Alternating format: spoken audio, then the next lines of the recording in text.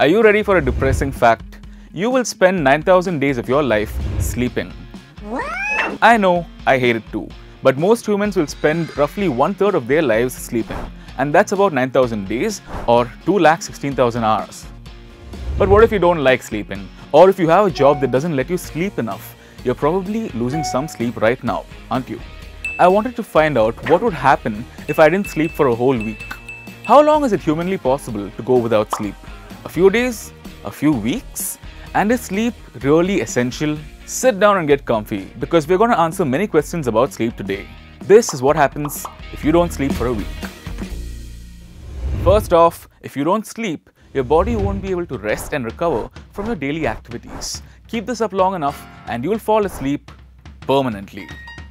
This is also known as dying, and it's usually not good. Most adults need 7.5 to 8 hours of sleep a night.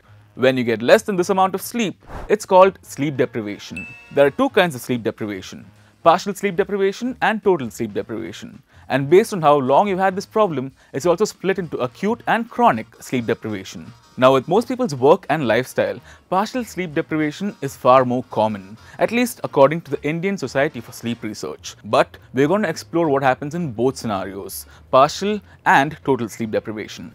First, let's look at a timeline of total sleep deprivation. Day 1. You wake up fresh and decide to start your sleeping challenge. The first 24 hours of not sleeping are challenging but nothing too difficult. Staying up for 24 hours is fairly common. I've done it and I'm sure you've done it too, unless you're boring.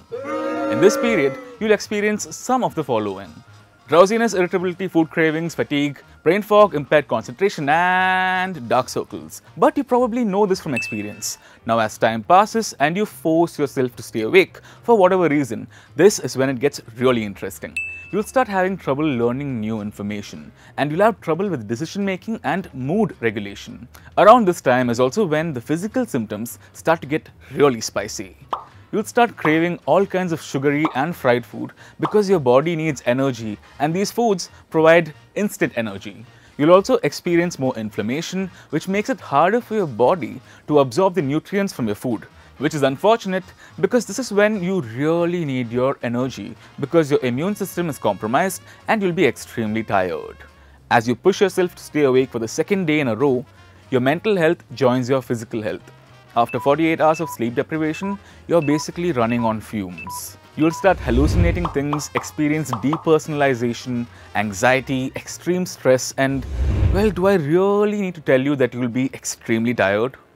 You'll also start experiencing something called microsleeps. Microsleeps are brief periods of sleep that happens without you realizing it. A microsleep usually lasts around 30 seconds. After 3 days of total sleep deprivation, your urge to sleep will be almost impossible to fight. This is when your hallucinations and delusions start becoming more complex. After 1 day of total sleep deprivation, your hallucinations are like, oh, that chair looks fuzzy. After 72 hours, your hallucinations are more like a Saas Bahu serial. Fun, right? Your micro sleeps will also become more like naps at this point because your brain is doing everything it can to make you go to sleep. Now, after 5 days of no sleep, your perception of reality is extremely distorted. When this happens, it's called sleep deprivation psychosis. Reality is merely a suggestion at this point, and your brain is doing everything it can to make you go to sleep. This psychosis usually goes away after you get enough sleep.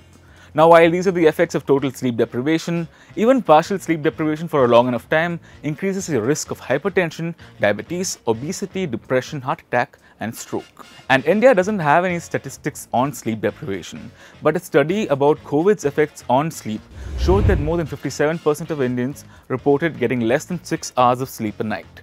So if you're constantly sleep deprived, stop putting your health at risk. Just chill out. Stop pushing yourself so damn hard and go to sleep.